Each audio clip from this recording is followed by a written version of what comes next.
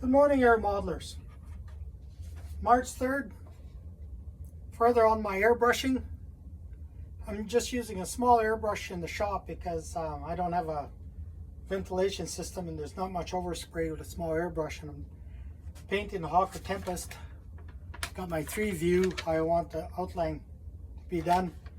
I painted the gray with a spray bomb, and I'm doing the green with a small airbrush. Takes time, but it's winter, so I got lots of time. The best way I got started is I watched a bunch of YouTube videos on guys airbrushing art or plastic models or stuff like that. Learn how to operate the airbrush, clean the airbrush, thin the paint, stuff like that. So I've been having some, it's been working okay for me. And in the second part of the video, I'll show you what kind of compressor I'm using and some other things. But what I do first is just spraying the outline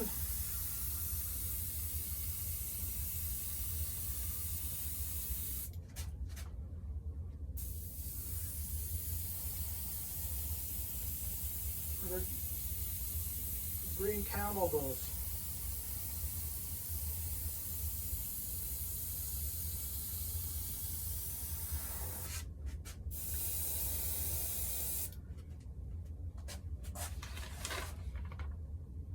And am I following the 3 view perfectly? Not really, but I'm trying to get the general idea of how it looks. Using the Mark 1 eyeball.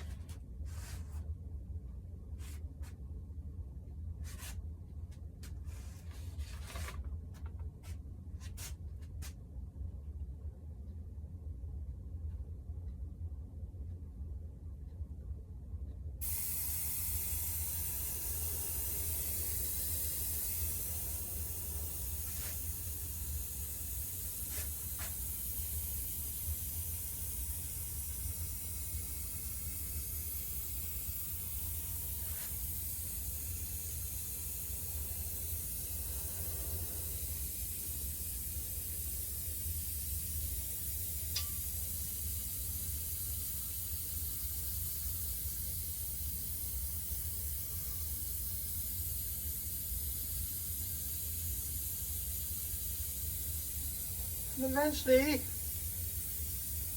get a feel for how the paint is coming out of the airbrush. I'm probably using half the maximum travel on the airbrush right now. I'm not pushing it out as fast as it would go, but it seems to be covering right now quite nicely, eh? How I seem to have the paint thinned.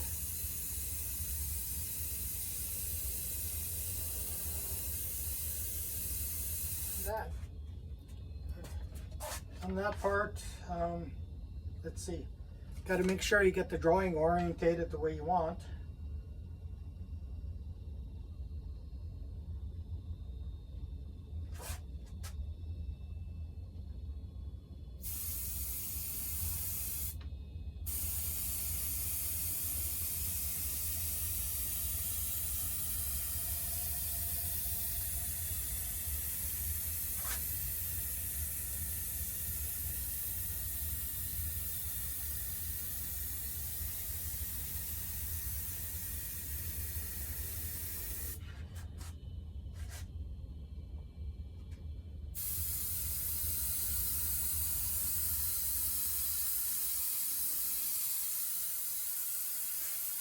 And I'll have to say,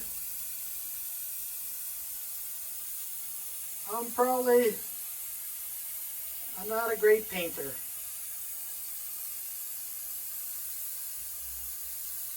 We got a guy in our club named Chris. He's an auto body painter. Man, his work is magnificent. But I must say, I'm enjoying this. Once I learn how to keep my airbrush clean and things working. So it's, there you go, that part filled in.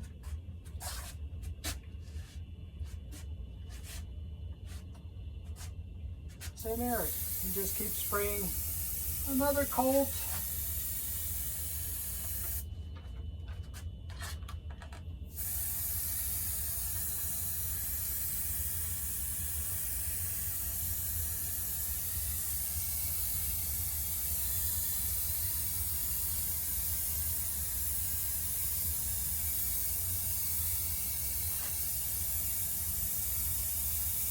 There, we'll stop there.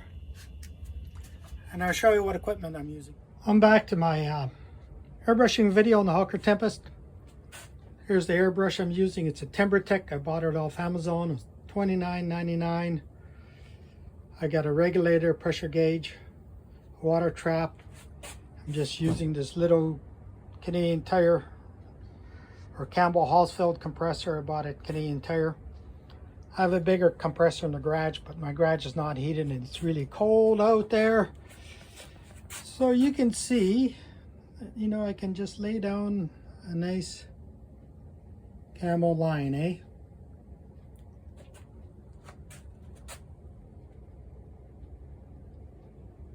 And then I'll just fill in. It'll take, you know, it'll take 3 or 4 passes to get it done, but that's a good all day. You know, after watching those guys on YouTube with the airbrushing, you know, cleanliness is paramount, and that's what I wasn't doing before. And I think that household latex just gunked up my older airbrushes. So you can see I've got my different squeeze bottles. One's a thinner, one's a cleaner, another one is a windshield washer. I bought these little jars at the dollar store. Same with the plastic bottles, you know, for mixing paint. Mixing ratio, you go on YouTube, there's a lot of videos, you know, show how to mix and how you like. Mix it slowly, don't get it too thin or too thick. It's a matter of trying. I also got this little hobby type air compressor that I haven't tried. My buddy Tom G gave it to me. Same with this kit, but I tell you, I'm getting a lot of enjoyment all of this airbrushing. I think I'll keep trying. I'm not sure if I'll do the markings. I printed out the markings on inkjet vinyl and clear coated them, and they came out pretty good. And I'll show you that. But anyway, before things get too dry, I'm gonna get back at it, and I hope this gets you motivated to latex airbrush your own warbird. Cheers.